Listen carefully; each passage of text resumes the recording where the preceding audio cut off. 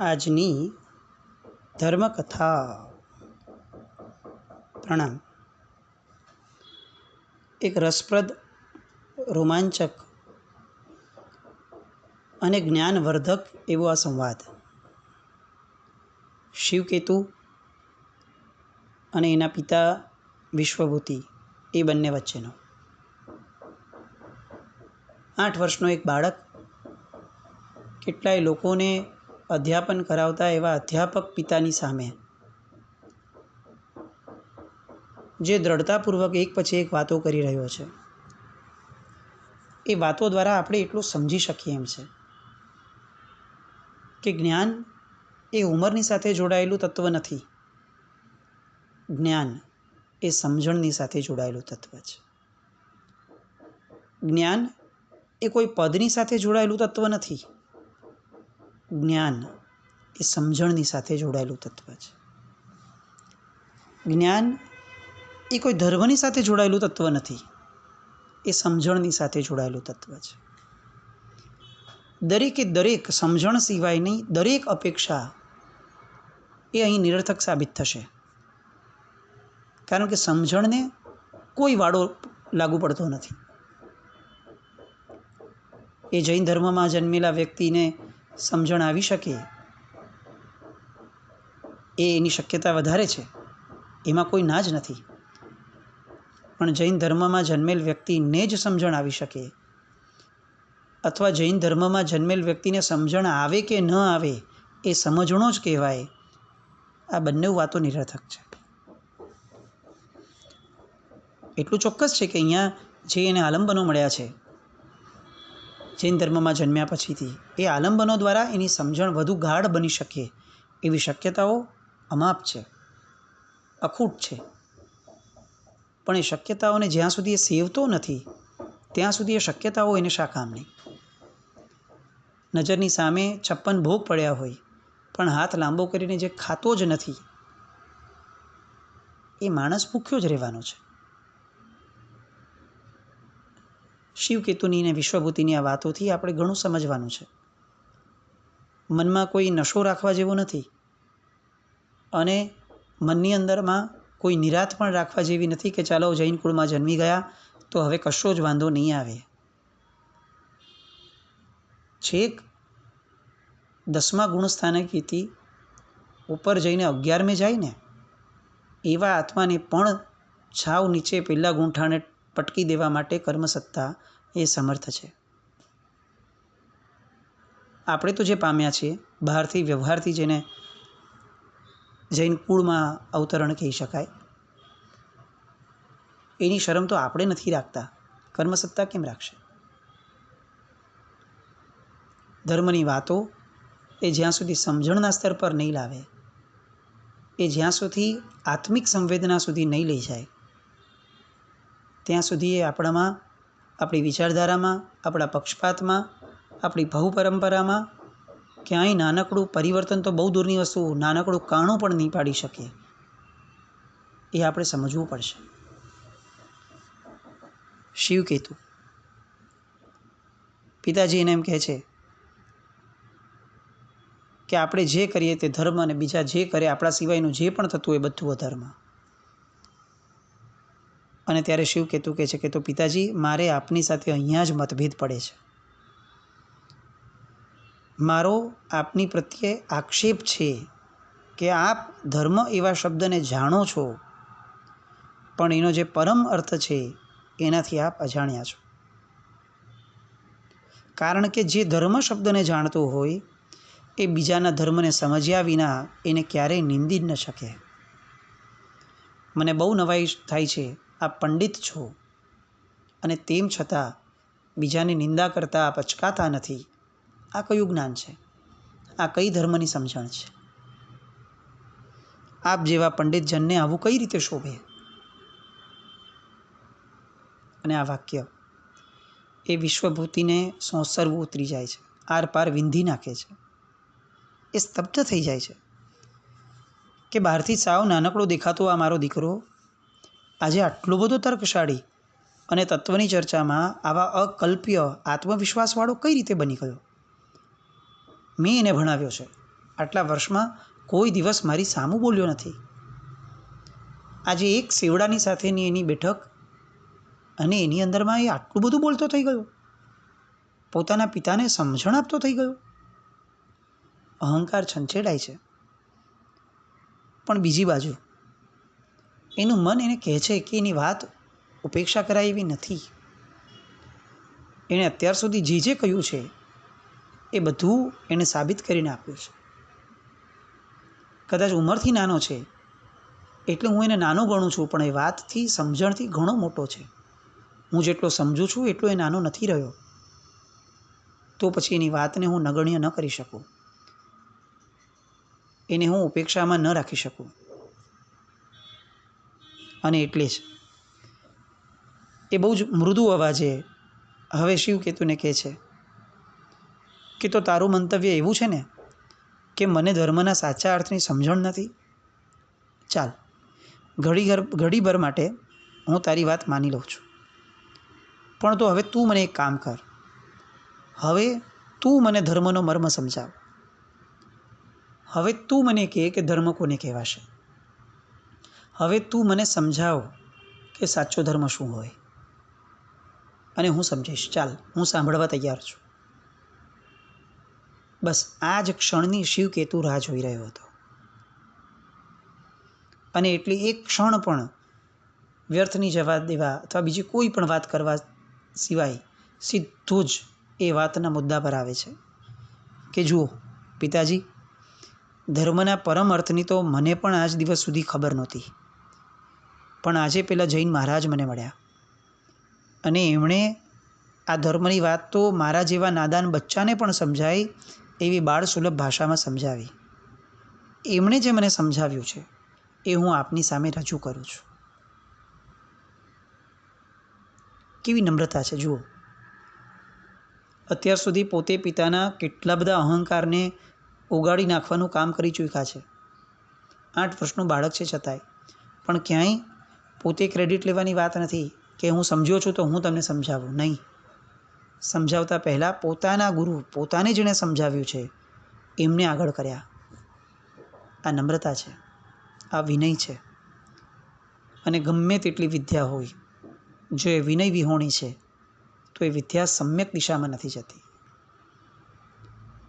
શિવકેતુ પહેલાં મહારાજનું અભિવાદન કર્યા પછીથી હવે પોતાના પિતાજીને કહે છે કે એમણે મને એવું કહ્યું છે કે ધર્મનું પાયાનું લક્ષણ છે અહિંસા. સ્થૂળ કે સૂક્ષ્મ કોઈ પણ પ્રકારના જીવને કોઈ પણ જાતની ઈજા ન પહોંચાડવી, એનું નામ અહિંસા. અને એ જ યથાર્થ ધર્મ છે. પેલા વિશ્વભૂતિનો ઈગો હજી ઊભો તો છે જ, એટલે વચ્ચે જ એને કહી દે છે કે તો આમાં તે નવું શું કીધું? આ વાત તો મૂળમાં આપણા ધર્મગ્રંથોની છે. આપણી સ્મૃતિઓમાં, આપણા પુરાણોમાં બધાને કહ્યું જ છે કે કોઈ જીવને હણવો નહીં, તે ધર્મ છે. જે લોકોને આવી ન ખબર હોય એની સામે આ વાત કરી હોય તો બરાબર છે, પણ હું તો પુરોહિત છું, પંડિત છું, મને ન ખબર હોય.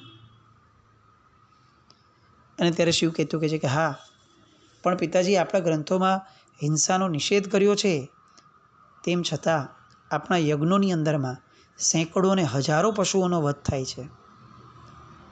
એને આપણે આજે ધર્મ કહીએ છીએ તો એ શું છે?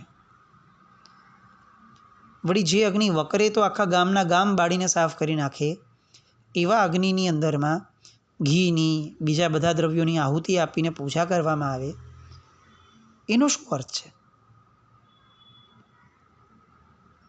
આ અગ્નિની પૂજા, આ જીવોની હિંસા, આ બધાને કઈ રીતે આપણે અહિંસામાં ઘટાડશું? વિશ્વભૂતિ ચૂપ છે. કારણ કે પેલાની વાત ખોટી નથી કે અહિંસા એ શાસ્ત્ર વર્ણિત ધર્મ છે. અને એ વાત એ પણ એની ખોટી નથી કે યજ્ઞોના નામે જે પશુવધ થાય છે એ ધર્મમાં ખપાવાય છે. એટલે હવે એને આ શિવકેતુની જે પ્રજ્ઞા ઊભી થઈ છે ને એમાં એને રસ પડવા લાગ્યો. એણે કંઈ પણ બોલ્યા વગર શિવકેતુને કીધું કે તું તારી વાત આગળ વધાર. શિવકેતુ આગળ વધ્યો કે જુઓ પિતાજી, જીવોના ભેદ કેટલા છે, જીવનું લક્ષણ શું છે, જીવોનું સ્વરૂપ શું છે, કયા જીવને કેટલી ઇન્દ્રિય હોય, એનું કેટલું આયુષ્ય હોય, એ જીવની કેટલી રીતે હિંસા થઈ શકે, આ બધી વાતો આપણા ગ્રંથોમાં મળે છે. પિતાજી ખરાબ ન લગાડતા, પણ આપણી પરંપરા તો એવી રહી છે કે જે પ્રકારના કર્મકાંડો કરાવવા અને ઉપદેશવાથી આપણે જીવનનો નિર્વાહ કરીએ છીએ, એવા કર્મકાંડોને આપણે ધર્મ તરીકે દરજ્જો આપી દીધો છે. આપ એવું કહેતા હતા કે પેલો ધોબી પોતાના જીવન નિર્વાહ માટે જે કર્મ કરે એને ધર્મ ન કહી શકાય. તો પિતાજી, આપણે અત્યારે જેને ધર્મ કહીએ છીએ એનો મૂળ આશય શું છે? આપણે પણ સમજીએ છીએ કે આપણા જીવન નિર્વાહને વધુ ઉચિત થાય એને આપણે ધર્મ કહીએ છીએ. તો એ ખરા અર્થમાં ધર્મ કઈ રીતે કહી શકાય? મને કહો કે જો મૃતાત્માના શ્રાદ્ધના અવસરે પિંડદાનની પ્રથા આપણામાં છે, એમાં મરનાર આત્માને સ્વર્ગ અને અથવા મોક્ષ મળે એ માટે બ્રાહ્મણને અનેક પદાર્થો આપવાનું આવશ્યક બનાવ્યું છે. આ શું છે? આમાં કોનું ભલું છે? આમાં કોનો વ્યવસાય છે? પેલો આત્મા જે મરી ગયો છે એને હવે આ બ્રાહ્મણને દાન આપવાથી એના આત્માને શું ફરક પડશે? મરનારની ગતિ થાય કે ન થાય એ કોણ જોવા જવાનું છે? પણ એ મરનારના નામ પર આ બ્રાહ્મણનું ઘર ભરાઈ જાય છે, સુખના સાધનોથી છલકાઈ જાય છે. આ બધું ધર્મના નામે નથી ચાલતું? દાન અને પુણ્યના નામે નથી ચાલતું? પણ મને આ સમજાવો કે આમાં દાન ધર્મ ક્યાં છે? આવું દાન આપનારને કે લેનારને પુણ્યનો કઈ રીતે લાભ થશે? કેટલીક ક્ષણ માટે સંતોષ થાય, લેનારાને કેટલીક આનંદ થાય, બસ પછી તો બંનેવે દુઃખી જ થવાનું છે, કારણ કે બંનેવે એકચ્યુઅલી હકીકતની અંદરમાં તો અધર્મ જ કર્યો છે. વિશ્વભૂતિ એ આ શિવકેતુના પ્રવાહની અંદરમાં તરી રહ્યા છે. કદાચ આપણામાંના બધા જ પણ આ તરી રહ્યા હશો. એવા જેટલા પણ અનુષ્ઠાનો કે જે અનુષ્ઠાનોની અંદરમાં એનું કોઈ ઊંડાણ દેખાતું નથી, એવી જેટલી પણ ક્રિયાઓ કે જે ક્રિયાઓ અહિંસાના માર્ગથી કંઈક અલગ દિશામાં જઈ રહી છે, એ ક્રિયાઓને પણ ફેરવિચારમાં લાવવાની જરૂર છે. અહીંયા વિશ્વભૂતિ પોતે પણ આ બધી વાતોને સમજે છે અને એના મોઢામાંથી ઉદ્ગાર સરી પડ્યા કે દીકરા, દાન દેનાર ને લેનાર બંને દુઃખી કઈ રીતે થવાના? મને ખાલી એટલી વાતની સ્પષ્ટતા કર. અને પેલો દીકરો જે આજે પિતા કરતાં વધુ જ્ઞાની થઈ અને વાત કરી રહ્યો છે, એ કહે છે કે જુઓ પિતાજી, આપણે પેલાને ભોળવ્યો, એનું ધન પડાવી લીધું ધર્મના નામ પર, એટલે આપણી તો અવગતિ પાકી જ થઈ જાય. હવે આપનારે પણ કયા પાત્રને શું અપાય, અપાત્રને અપાય કે ન અપાય, જેને ધર્મ કહ્યો છે તે ખરેખર ધર્મ છે કે નહીં, એવું વિચાર્યા વગર કંઈ આપી દીધું, તો એને પણ વિવેક તો ચૂકાયો છે એનાથી. તો પ્રભવમાં એને થોડું ઘણું કદાચ પુણ્ય મળે, થોડું ઘણું નાનકડું સુખ પણ મળે, પણ એને જે અવિવેક કર્યો છે એ અવિવેકના કારણે એને મળેલું પુણ્ય એને અંતે એને પાપ તરફ જ લઈ જશે. એટલે અંતે તો સરવાળે આત્મા દુઃખી અને દુર્ગતિ કામી જ બન્યો ને. તો હવે આને દાન કે ધર્મ કઈ રીતે કહેવાશે? વિશ્વભૂતિએ પોતાના જીવનમાં ક્યારેય ન વિચારેલી વાતો એ આજે પોતાના 8 વર્ષના બાળકના મોઢેથી સાંભળી રહ્યો છે. બહુ સ્પષ્ટ વાત છે. મતિજ્ઞાનનો વિસ્તાર જેવો થાય ને એવું તરત જ જીવની અંદરમાં સમજણનું સ્તર એ એટલું બધું વિશેષપણે આગળ વધે કે એ જીવ કંઈક અલગ અને કંઈક ભિન્ન એ દિશામાં આગળ વધવાનું શરૂ કરી જ દે. આપણે શ્રુત જ્ઞાનને અત્યારે જેટલું મહત્ત્વ આપીએ છીએ એ અચૂક આપવા જેવું છે. એમાં કોઈ મિનમેક વિકલ્પ પણ નથી. પણ એ શ્રુત જ્ઞાનની સાથે એ શ્રુત જ્ઞાન મેળવવાનો મુખ્ય આશય કેમ આપણે ભૂલી જઈએ છીએ કે આ શ્રુત જ્ઞાન ભણવા દ્વારા હકીકતની અંદરમાં મારું લક્ષ્ય એ શ્રુત જ્ઞાન ભણવાનું ન હતું. શ્રુત જ્ઞાન ભણવા દ્વારા મારા મતિજ્ઞાનને પવિત્ર કરવાનો મારો આશય હતો. એ મતિજ્ઞાન પવિત્ર થાય છે કે નહીં એનો વિચાર કેમ ચૂકાઈ ગયો? મેં કેટલા સૂત્ર ગોખ્યા, મેં કેટલા પ્રતિક્રમણ કર્યા, કેટલા પ્રતિક્રમણના સૂત્રો મારા થયા. આ બધું બહુ મહત્ત્વનું છે, એમાં કોઈ શંકા જ નથી. પણ આ બધું કરવા દ્વારા મારે અંતે પામવાનું શું હતું? મારી બુદ્ધિની નિર્મળતા, પાપ પ્રત્યેની ઘૃણા, ધર્મ પ્રત્યેની સ્પષ્ટ સમજણ, એ મતિ જ્ઞાનનો ક્ષયોપશમ એ જો મારો થતો જ નથી, તો મારે ફરી ફરી કંઈક વિચારવા જેવું છે. એ સ્તર ઉપર આપણે આજે નહીં તો કાલે જ્યારે પણ મોક્ષે જવું હશે ત્યારે આવવું જ પડશે. વાત કદાચ કેટલીક ભારે છે, પણ આ શિવકેતુના દ્રષ્ટાંત દ્વારા આપણે બહુ સરળતાથી સમજી શકીએ એમ છે. મતિ જ્ઞાનને અલગ રાખવાની જે આપણી આજની આદત પડી ગઈ છે, કોઈ પણ ધર્મ કરીએ પછી એ દાન હોય, શિયળ હોય, તપ હોય, સંયમ હોય, મતિ જ્ઞાનના ઇન્વોલ્વમેન્ટ વગરની જેટલી પણ આપણી આ બધી ક્રિયાઓ છે,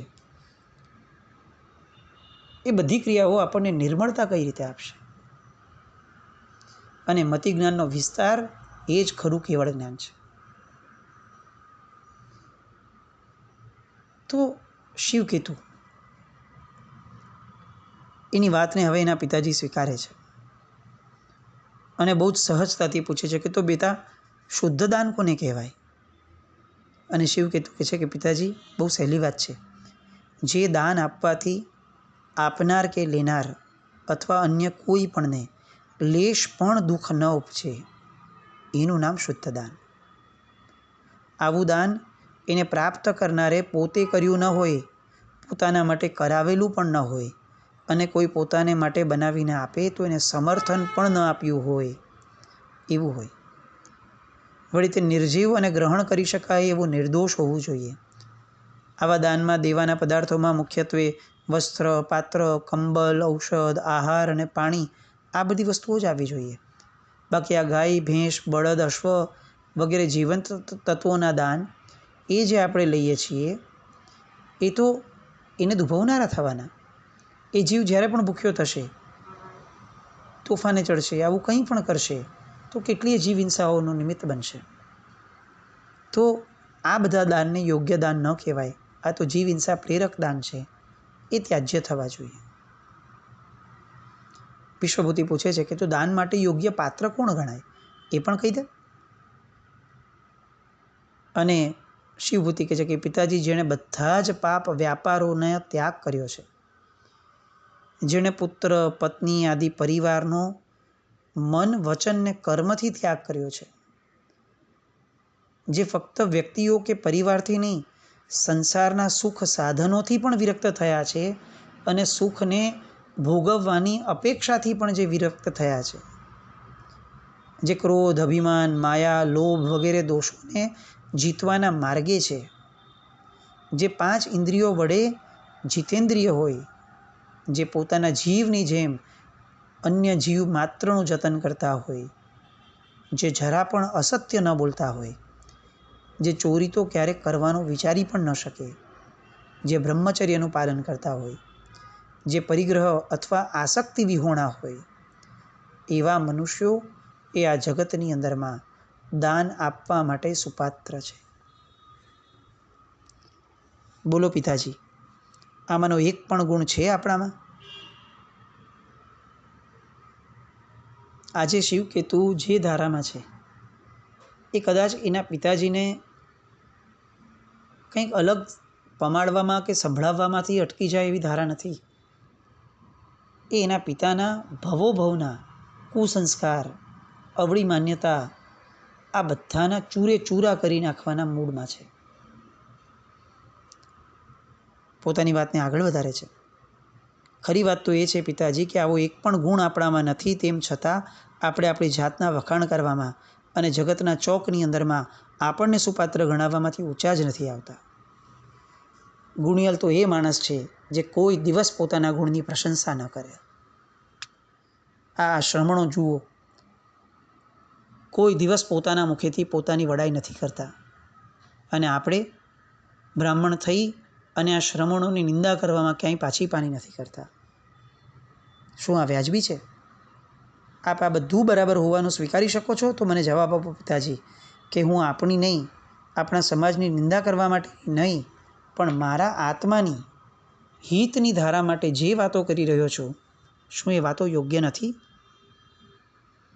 કદાચ હું અત્યાર સુધી આપની ભેગો રહ્યો, હું આ જ સમજતો હોત, પણ મેં એકવાર જીવનમાં દર્શન કર્યા છે એ સાધુના, મારી માન્યતા ન પલટાય એ કઈ રીતે શક્ય બને?